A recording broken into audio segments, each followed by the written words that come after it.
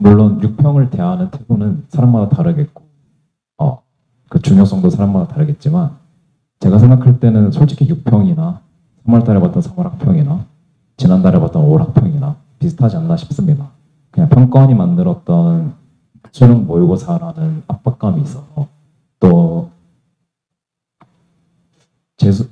재학생들 같은 경우에는 6평 성적을 기준으로 이제 상담들을 진행할 거니까 6평이 하나의 이정표 내지는 성적표가 될 거라는 강박 때문에 다들 말씀들은 많이 안 하시겠지만 많은 부담감 느낄 거라고 생각을 하는데요. 근데 제가 생각할 때는 6평을 보실 때 강박은 좀 내려놓고 본인의 현재 실력에 맞게끔 솔직하게 보시는 게 맞지 않나라고 생각을 합니다. 수능을 잘 보려면 특히 수능장을 가보시면 아직 안 경험해 보신 분도 있을 거고 경험해 보신 분도 있겠지만 집에서 보는 모의고사 혹은 학교에서 치르는 모의고사랑 다르게 되게 강력한 현장감과 압박감이 다가올 건데 그걸 처음으로 느껴보는 유일한 시험이 전 6평이라고 생각을 하거든요.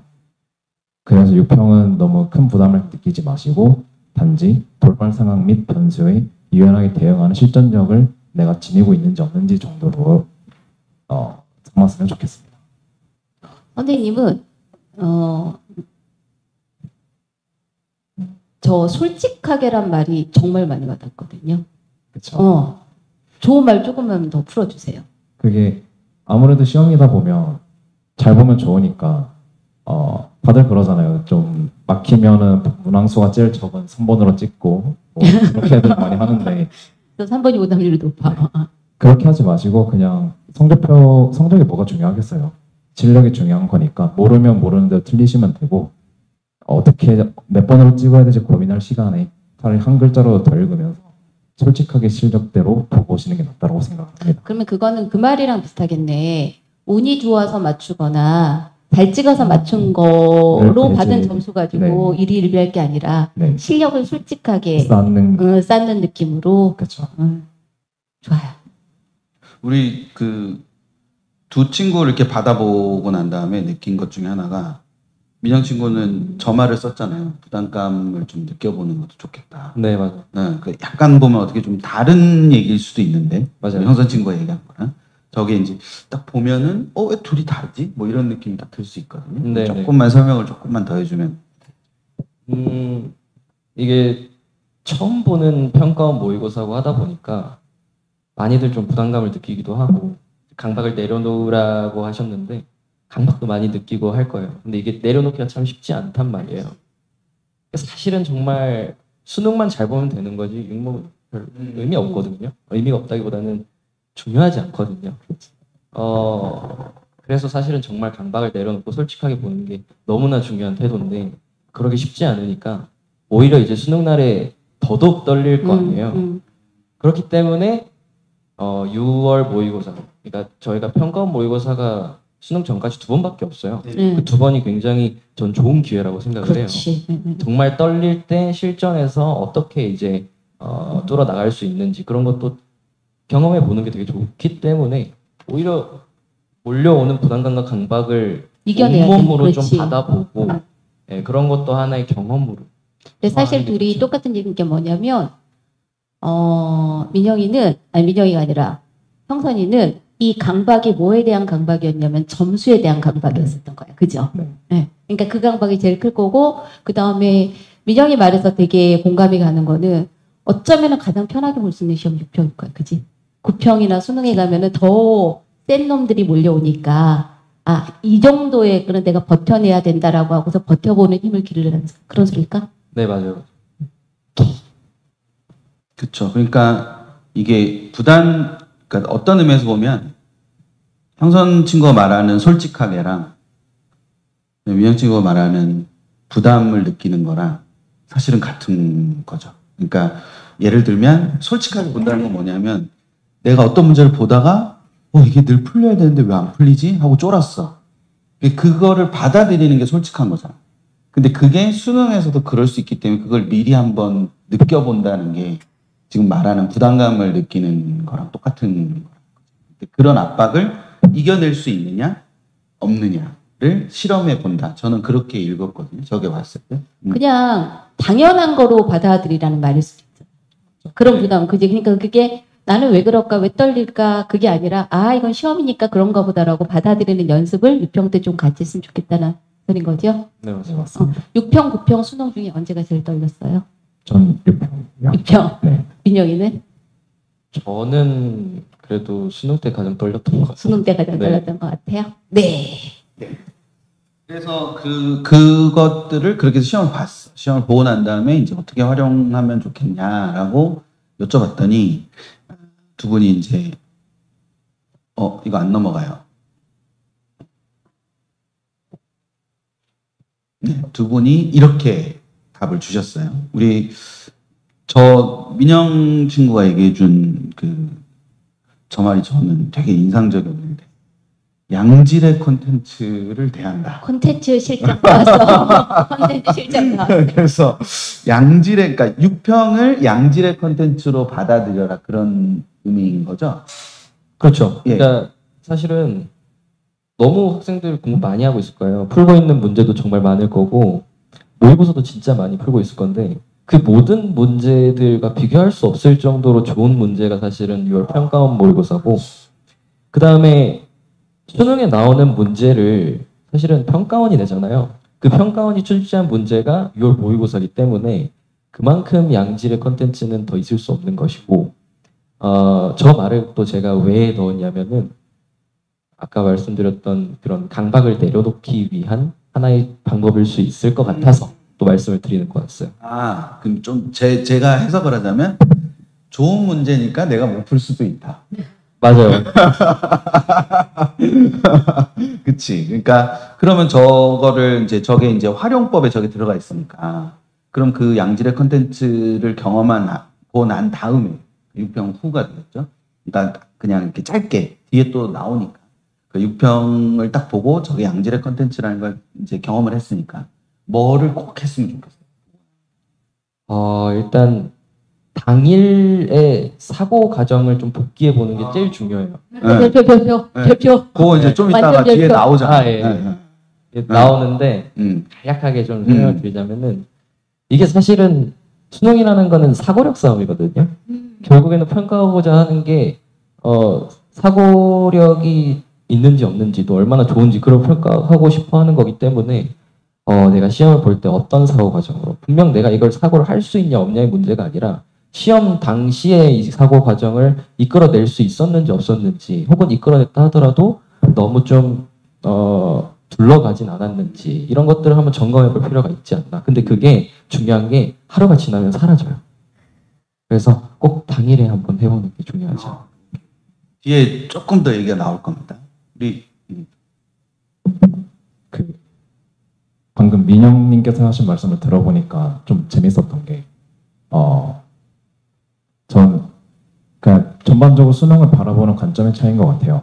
저는 수능을 그냥 11월 달에 보는 사설 모의고사로 생각하려고 수능장을 들어갔기 때문에 별로 긴장 안 했던 거고, 그런 의미에서 6평과 9평에서 강박을 내려놓고 솔직하게 바란 말씀을 드렸던 거였는데, 그래서 제가 드리고 싶은 말씀은, 이건 평가원스럽다 사소스럽다의 기준이나 구분을 짓지 않는 거를 좀 권해드리고, 그러면 학생분들한테 남는 건 뭐냐면 단순하게 맞았다 틀렸다, 틀렸으면 틀린 이유가 뭐냐만 남습니다.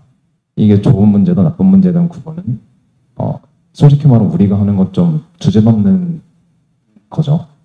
그렇기 때문에 학생들한테서 남아야 될 유일한 과제는 담백하게 점수를 확인하시고 한번 시험 운영을 복귀를 하시면서 잘한 건 잘했다고 인정하시고, 그것보다 더 중요한 페인 및 아쉬운 점을 좀 집요하게 찾아내시길 바랄게요.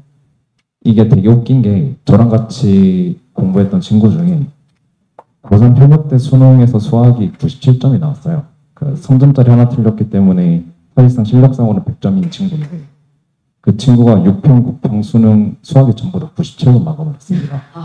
그냥 이렇게 돼요. 그러니까 당연히 6평, 9평 수능은 평가원이 낸 좋은 시험인데, 그 친구는 엄청 되게 어려운 사설 모의고사에서는 항상 100점 맞고 그러던 친구였음에도 불구하고 6구 수능은 다 97이더라고요. 그게 시사하는 바는 실력 자체 혹은 콘텐츠의 그런 편식이 아니라, 제가 볼 때는 얼만큼 스스로에 대한 메타인지가 잘 돼 있고 그거에 대한 분석이 얼만큼 철저하게 돼 있냐가 좀 승패를 가르는 중요한 거라 생각을 해서, 6평 때 반드시 학생분들께서는 점수 자체에 연연하지 마시고 그걸 왜 틀렸는지를 좀 집요하게 분석하실 것을 추천드립니다.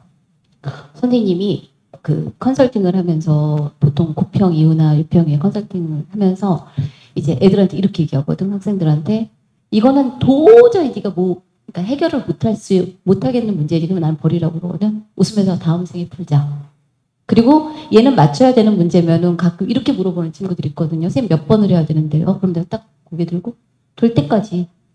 그래야지 내게 되는 거잖아. 근데 지금 너무 많은 친구들이 이렇게 올라가다 말고 됐다고 생각하고 다른 데로 계속 이동을 하고 다니는 것들이 되게 문제가 많은 것 같아서 저걸 보면서 좀 구체적으로 차별해서 집요하게 해야 된다는 것과 그 다음에 결국은 공부를 하기 위해서 6평을 보는 게 가장 맞는 말인 거잖아요. 요거 질문을 들으면서 저기 답변을 보면서 되게 좋다. 근데 어렵다. 그러니까 이제 두 친구가 이제 약간 다르죠. 그러니까 모두에게 완벽한 방법은 없잖아요, 사실은. 각자에게 알맞은 방법만 있을 뿐이지. 근데 둘이 이제 어떻게 보면 굉장히 다른 얘기를 했거든요. 그러니까 우리 민영 친구는 그러니까 평가원에 내는 문제가 굉장히 고급의 문제고 그것이 그만큼 가치가 있기 때문에 분석할 필요가 있다라고 얘기를 했고, 상선 친구는 그걸 판단하는 건 우리가 하기 조금 어려운 일이지만 이라고 전제를 깔고 수능에 대해서도 조금 다른 생각을 가지고 있기는 하지만 이라고 전제를 깔고 얘기를 했는데, 그냥 이렇게 자연스럽게 둘이 얘기를 하다가, 그러니까 저는 이렇게 모시고 얘기할 때 처음에 사전에 얘기를 별로 안 해요. 왜냐하면은 수경 원장님 그런 걸 잘 하시는데 저는 이렇게 사전에 정보를 많이 갖고 있으면은 너무 짠 티가 나가지고 그래서 사전 얘기를 잘 안 해요. 근데 이제 두 분이 이제 얘기를 하는데 묘하게, 그러니까 제가 그 딱 들은 부분은 둘 다 당일 복귀를 얘기했어요. 둘 다 그냥 이렇게 그냥 얘기를 하다가 둘이 동시에 그냥 각자가 각각 다른 얘기를 했지만 그 얘기 속에 중간에 들어가 있었던 말이 뭐였냐면 당일날 복귀를 한다거나 당일날 분석을 해야 된다는 얘기가 들어갔어요. 그래서 이거를 이제 나중에 다시 보기로, 지금 학생들은 지금 이거를 라이브로 듣는 친구들이 많이 없을 수 있기 때문에 뭐 학원에 가 있거나 시간이 지금 좀 그렇잖아요. 네, 그러다 보니까 다시 보기를 하는 친구들한테 꼭 부탁을 드리면, 이 두 친구가 다 방법이 다르지만 출발점이 같을 때도 있고 결론이 같을 때도 있고 이렇게 있는데, 더 좋은 방법, 자기한테 알맞은 방법, 그러니까 좋은 방법이라도 정확히 말하면 알맞은 방법으로 차용해서 쓸 수 있으면 좋겠다. 그냥 제가 강조하고 싶은 부분은 제가 풀고 난 뒤 리뷰라는 부분을 강조드리고 싶은 건데, 평상시와 같이 그냥 스케줄대로 공부하시면 됩니다. 근데 그걸 모의고사를 푸시든 아니면 N자 형식의 문제를 푸시든 간에 끝나고 나면 꼭 리뷰를 하시길 권해드릴게요. 문제를 풀면 맞추든 틀리든 그거를 복귀하는 과정에서 약간의 사고력이 좀 더 심화가 될 거고, 약간의 멘탈 관리, 약간의 시간 관리가 조금 더 성장할 거기 때문에, 또 솔직히 말씀드리면 리뷰를 하라고 말씀드리는 가장 궁극적인 이유는 6평 이후에 해야 될 걸 미리 연습해보자라는 취지도 있습니다. 6평 때 본인들께서 되게 많은 심도 있는 리뷰를 하실 건데 어떻게 해야 될지 모르고 하면 시간 낭비잖아요. 그러니까 미리미리 그 연습을 공부랑 같이 해보자는 취지에서 풀고 난 뒤에 리뷰를 하라고 말씀드렸던 겁니다. 잠깐만요.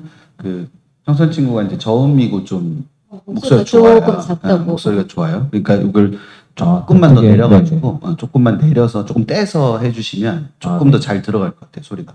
리뷰를 하는 방법, 아니면 리뷰에 이제 구체적으로 꼭 해야 되는 항목, 그걸 하나나 뭐 두 개만 잠깐 얘기해 주면. 주로 모의고사들을 많이 푸실 건데, 모의고사 풀고 나면 이 문제를 어떻게 풀어야 되고 그런 게 아니라 전반적인 운용에 관한 리뷰인 것 같습니다. 뭐 수학 같은 경우를 예를 들면 뭐 어지간한 3점짜리들은 안 틀릴 거라 생각을 하지만 스스로 그렇게 자만할 수 있지만 간혹 가다가 막힐 수가 있거든요. 근데 그렇게 막혀서 시간을 잡아먹어서 망쳤다라고 치면 그걸 극복하기 위해서는 내가 3점짜리에 얼만큼의 시간을 할애하고 막혔을 때 얼마만큼의 시간을 좀 더 투자할 건지에 대한 명확한 기준이 세팅이 돼 있어야 되는데, 그거를 확립하는 과정이 리뷰라고 생각을 하고, 국어 같은 경우에도 본인이 정한 순서가 선택 풀고 독서 풀고 문학, 혹은 선택 풀고 문학 풀고 독서였다고 치면, 근데 의외로 문학이 되게 어려울 경우에 내가 유연하게 그걸 바꿀 수 있을 것인가, 그거에 대한 리뷰가 필요하다고 생각을 합니다.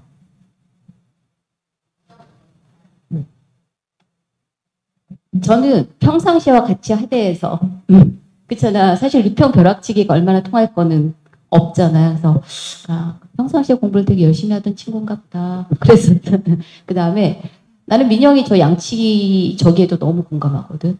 양치기 많이 하라고 그러거든. 개념이나 특히 엄매 같은 것들. 얘기 좀 해주세요.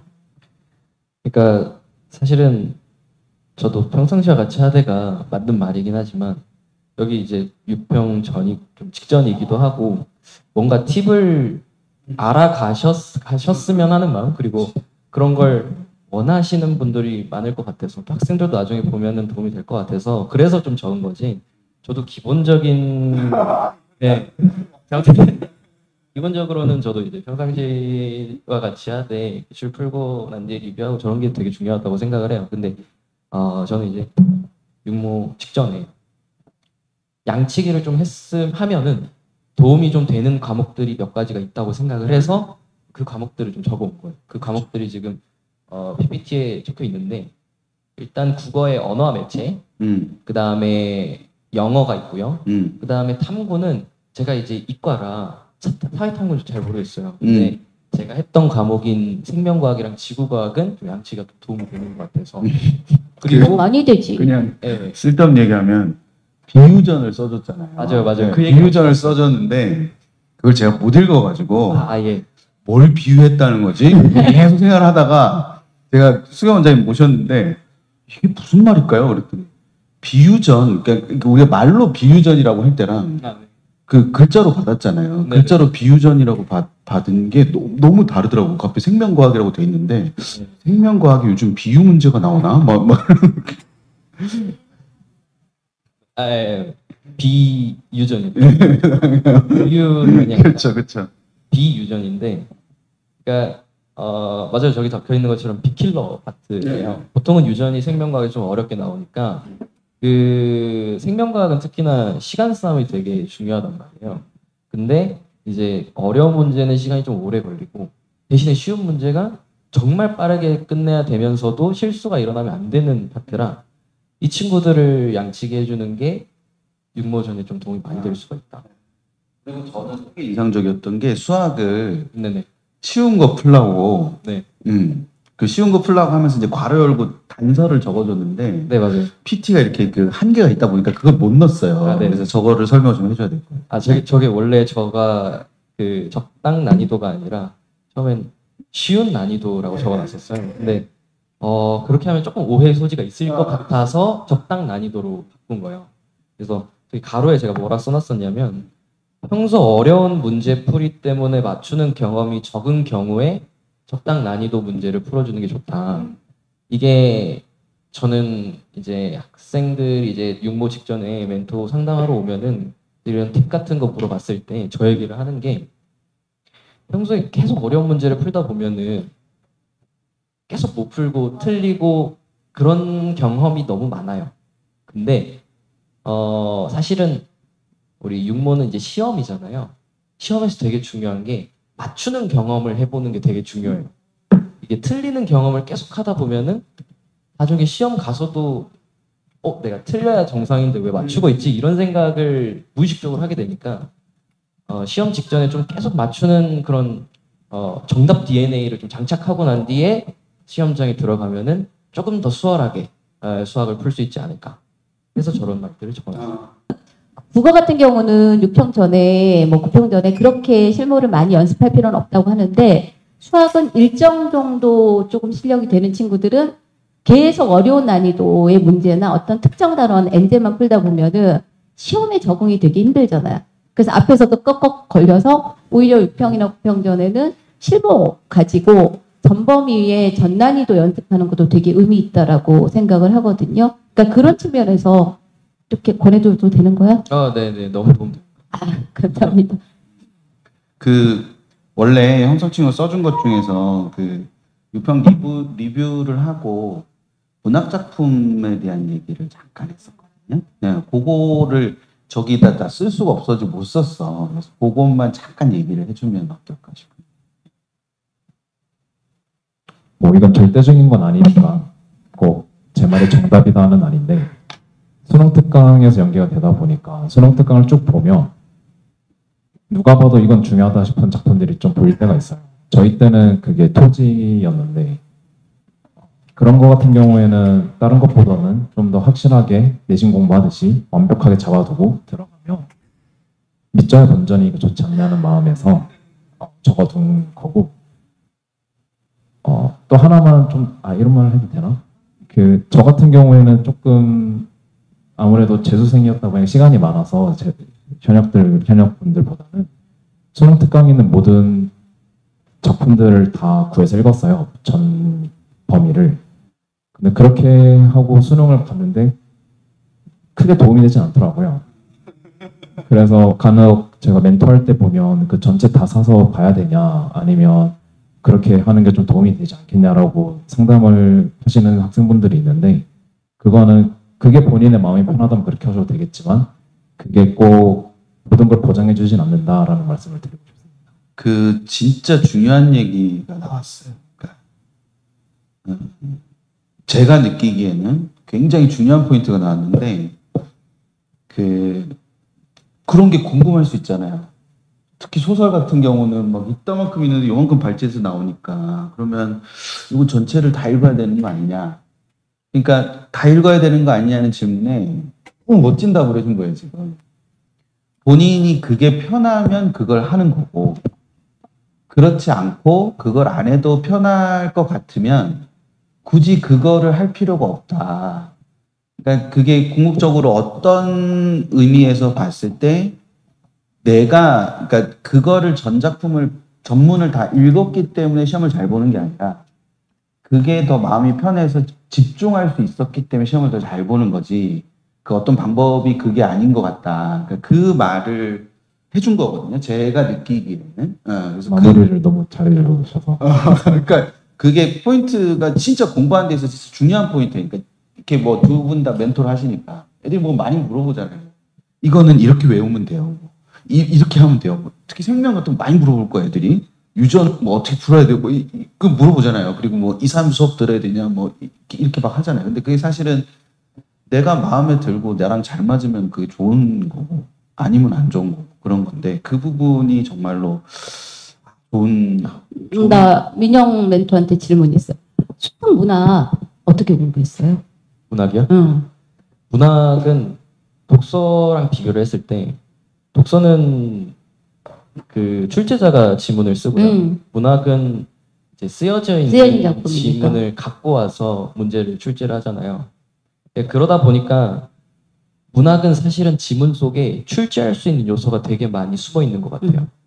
그래서 저는 오히려 지문 공부보다는 선지 공부를 많이 했어요. 선지를 읽고 이 선지가 올바르거나 틀렸다라는 걸 판단하기 위해서는 지문에 어떤 단서가 있어야지 이 선지를 판단할 수 있는지 그거를 선지만 보고 알 수 있게끔 공부를 해놓는 것이 좀 도움이 되지 않았나. 그러니까 문학 기출이 한 3, 4년 전하고 약간 선지의 기조가 좀 바뀌고 있으면서 예전에는 수통 문학 작품이 들어갔었단 말이에요. EBS도. 근데 요즘에는 선지 문제 진짜 잘 봐야 되겠더라고. 그치? 또 민영이도 엄청 멋진 말 했어요.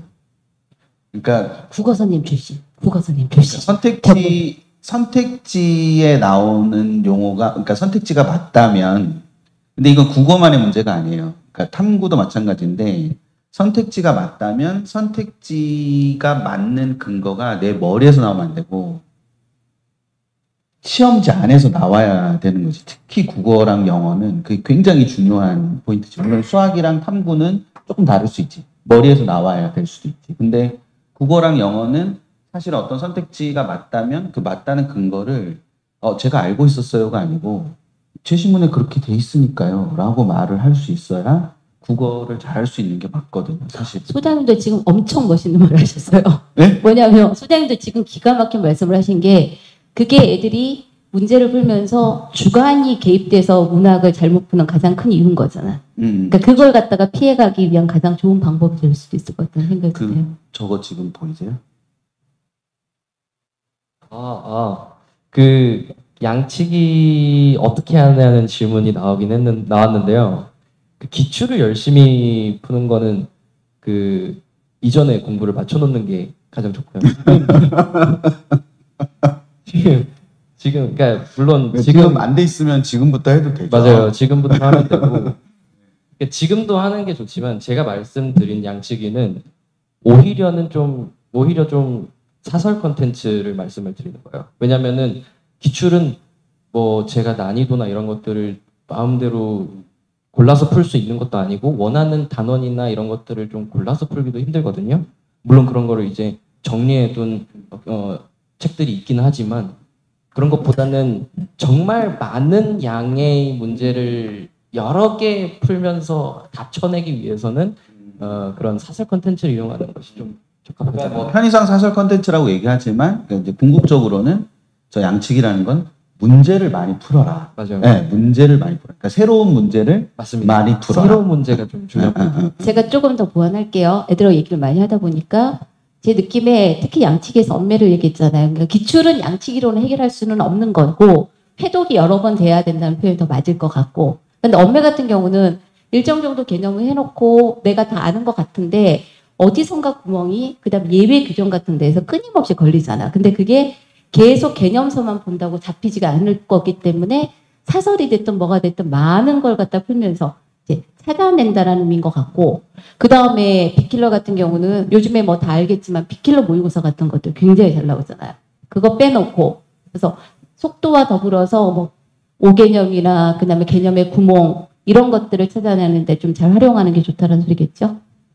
그 양치기는 연습에 포커스를 맞춘 것 같아요. 공부라기보다는 내가 이미 공부한 것들을 잘 빠르게 끄집어낼 수 있게끔 연습하는 거라 사실은 기출이 가장 좋은 콘텐츠인 건 맞습니다. 하지만 기출을 이미 다 풀었다라는 전제 하에는 새로운 문제를 풀어야 되기 때문에 제가 사설 콘텐츠라고 말씀을 드렸습니다. 맞아요. 왜냐하면 인문계하고 좀 달리 이과는 그거 안 하고서는 도저히 그게 안 되거든. 그러니까 반응 속도가 나오지 않으면은 뭐 다 타임어택이기 때문에 그런 느낌에. 세 번째 질문으로 넘어가 볼게요. 세 번째 질문은 원래 원문은 이 질문은 원장님이 만들어서 보내주신 질문입니다. 여기는 짧게 했지만 질문 원문을 읽어드리면 오랫동안 멘토를 하고 있는데 학생들과 만나다 보면 학습적으로 혹은 멘탈적으로 가장 많이 범하는 오류와 안타까운 부분은? 이라고 원장님께서 질문을 던져주셨습니다. 근데 제가 이걸 아주 얌통머리 없게 한 줄로 줄이느라고 이거다. 저거요? 네. 이거 먼저 해야 된다. 6평 직전에 꼭 했으면 하는 공부를 두 분이 말씀하셨는데 제가 순서를 외우고 있는데 늘 오늘 놓쳤네요. 저기 저거를 지금 잘 안 보이실 텐데 여기 지금 고정 댓글이랑 더보기에 보면 주소가 있어요. 저희 블로그 주소가 있는데 이제 블로그에 가시면 투두리스트라고 다운로드 받으실 수 있습니다. 형선 친구랑 민영 친구 저거 다 봤죠? 받아봤어요. 네. 어땠어요? 되게 꼼꼼하게 제가 하고 싶어요. 네, 정답이 좀 많이 되는 그래요? 애들이 많아가지고. 그랬대잖아요. 꼭 다운받아서 보세요. 다운받아 보시는데 이 원작자가 원래는 수경 원장님이고 수경 원장님이 이제 그 학습 컨설팅 같은 거 좀 하시거든요. 그러니까 두 친구하고 좀 비슷하면서도 결이 다른 일을 하시고 계신 거죠. 근데 학습 컨설팅 같은 걸 하실 때 아이들한테 이제 저거를 주시는데 제가 몰래 훔쳐가지고 저희 직원들한테 이제 편집을 시켰어요. 이제 그거를 나중에 들킨 거지 내가. 그래가지고 그냥 풀자. 그래서 이제 풀어서 했는데 여기서 요 부분 좀 설명을 좀 해주시죠, 요거. 그냥 이제 분명히 수능이 사고력을 기반으로 해야지 마지막 문제를 맞추는 건 맞지만은 게을러서는 잘 볼 수 없는 시험이 또 수능이기도 하잖아요. 그래서 국어 같은 경우는 지금 갑자기 독해력이 막 높인다든지 뭐 문학이나 독서를 보는 눈을 높일 수는 없기 때문에 급하게 조금 할 수 있는 걸 기준으로 하면 어떨까 해서 저런 식으로 전개를 했고요.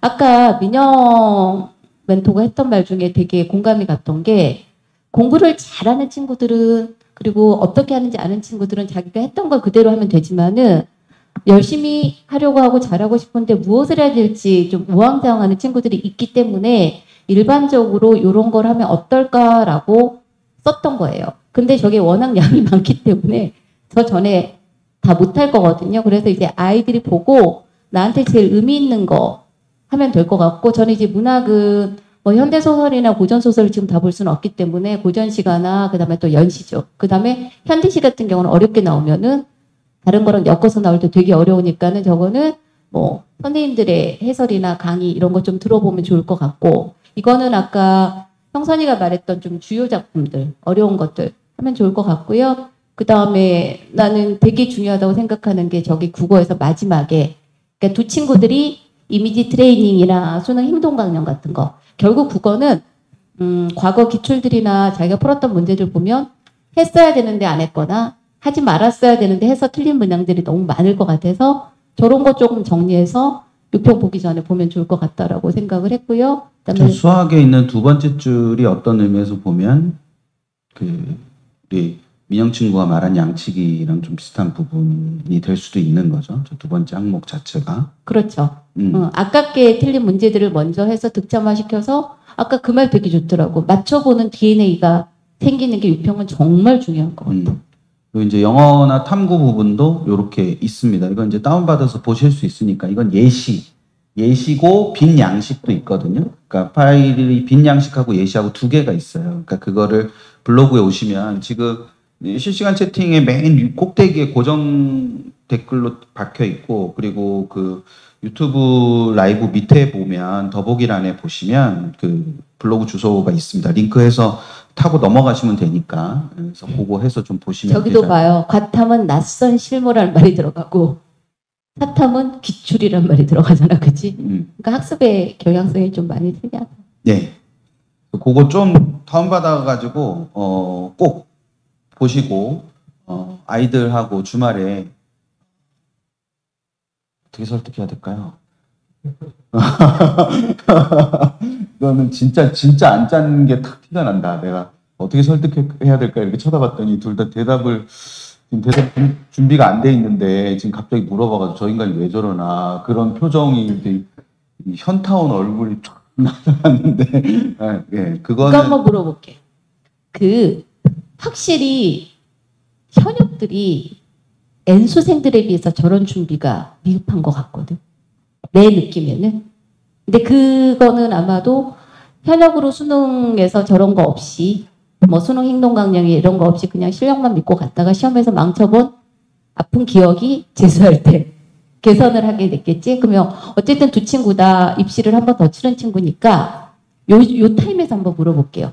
민영이는 현역 때하고 공부 다시 했을 때 민영이 성적을 그렇게 끌어올리는 가장 중요한 이유가 뭐였던 것 같아? 저는 가장 달랐던 거는 절실함이 좀 많이 다르지 않았나 생각해요. 일단은 의지가 좀 많이 달랐어요. 그러니까 의지가 다르면은 사실은 목표가 좀 달라지거든요. 그래서 고3 때는 목표가 이 문제를 못 푸는 문제를 꼭 맞추고 싶다. 근데 이것도 사실은 훌륭한 생각인 것 같아요. 하지만 이제 저희 목표가 이제 이 문제를 한 문제를 맞추고 틀리고가 중요한 게 아니라 시험 한 세트를 잘 보고 싶은 거잖아요. 그러다 보니까 이제 재수도 하거나 삼수를 하거나 했을 때는 좀 더 한 문제를 맞추더라도 좀 더 사고 과정이 좋은 사고관이 좀 굴러가지는 않았는가? 이런 것들을 많이 점검하면서 되게 구체적으로 저를 많이 교정을 했던 것 같아요. 그 교정에 가장 영향을 준 건 뭐였어요? 영향을 준 건? 이제 의지가 좀 바뀌게 된 계기. 그래서 성적이죠. 성적. 고3 때 성적을 받아보는 거. 고3 때 성적을 받아 이렇게 해서는 안 되겠다. 네. 참 진짜 뭐 아무나 할 수 있는 건 아니지만 가장 정답인 것 같거든. 그 절실함. 절실함. 그 다음에 우리 또 형선이는 검정고시 출신이에요. 네. 검정고시로 공부해가지고 학교를 간 친구인데 어쨌든 학원이라는 거 한 번도 안 다녀보다가 그렇죠. 이제 처음으로 강남하이프 학원에서 공부를 하게 된 거잖아. 그렇죠. 근데 소장님 이 친구 예전에 검정고시 중에 서울대 경제학과 간 심지안이라고 있었단 말이에요. 기아 친구. 그 친구 인터뷰 보고 강남하이프 왔대. 그래서 같은 학교 같은 과 같지. 뭐. 그쵸, 그러면 검정고시로 입시 준비할 때랑 그다음 학원에서 준비할 때 한 번 더 할 때 뭐가 가장 달라졌던 것 같아? 되게 뭐 여러 가지가 있는데 가장 먼저 드는 생각은 좀 제 위치를 정확히 알았다. 그러니까 집에서 혼자 하고 어쩌다 보니까 나 정도면 어느 대학을 가게 될 거고 나 정도 얼만큼 하는지를 아예 몰랐는데 학원에 와서 옆에 되게 잘하는 애들이랑 같이 공부를 하다 보면 이렇게 되면 이 정도밖에 못 가겠다가 좀 확실하게 피부로 왔다. 그러면 아무래도 공부를 함에 있어서 단순히 공부를 어려운 문제를 풀고 배우고 지식을 쌓는 거에 그치지 않고 득점을 받기 위해서 좀 더 많은 노력을 하게 되지 않았나 싶고 가장 크게 달라진 점은 이거는 좀 고3 분들한테 희망을 주고 싶은 얘기이기도 한데 제가 고3 때랑 현역 재수 때를 돌이켜보면 머릿속에 들어있는 지식의 차이는 크게 나지 않은 것 같아요. 고3 때 한 양에서 조금 심화된 게 재수였던 것 같고 근데도 불구하고 고3이랑 재수 때 꽤나 큰 성적 차이가 났던 이유는 고3 때는 하지 않았던 다른 방면으로의 노력을 재수 때는 자유롭게 할 수 있어서 였던 것 같습니다. 일례로 국어 같은 경우는 되게 컨디션 영향을 많이 받죠. 그래서 저는 국어 모의고사 풀 때는 항상 컨디션을 다 달리하고 풀었던 것 같은데 어떨 때는 그냥 연필 아예 안 쓰고 풀 모의고사 풀었던 적도 있고 어떨 때는 그냥 일어서서 푼 적도 있고 인강을 켜놓고 이어폰 끼고 볼륨 맥스로 켜놓고 그런 적도 있고 그런 식으로 되게 다양한 방면으로 노력을 하는 습관들이 들이다 보니까 머릿속에 들어있는 지식은 차이가 없더라도 실전력이 되게 올라갔던 것 같습니다. 그래서 저희 하이퍼에서 하고 있는 컨텐츠이기도 한데 뭐 학생분들께서는 꼭 실전력을 꼭 중요성을 인지하시고 문제를 푸실 때 혹은 모의고사를 푸실 때 일부러 여러 가지 상황을 상정하시면서 푸시는 거를 좀 추천드리고 싶습니다. 저는 개인적으로 그 단어를 처음 들었어요. 형선 친구가 답변 준 거에서 실전력이라는 그 말을 저는 처음 들었어요. 수 원장님은 잘 아시는 말일 수도 있는데 저는 실전력이라는 말을 처음 들었는데 사실 우리가 다 똑같이 이렇게 비슷한 얘기를 서로 다른 언어로 말할 수 있잖아요. 근데 제가 늘 생각하던 그런 얘기를 그 실전력이라는 단어를 보니 굉장히 전달력이 뛰어난 단어라는 생각이 들었어요.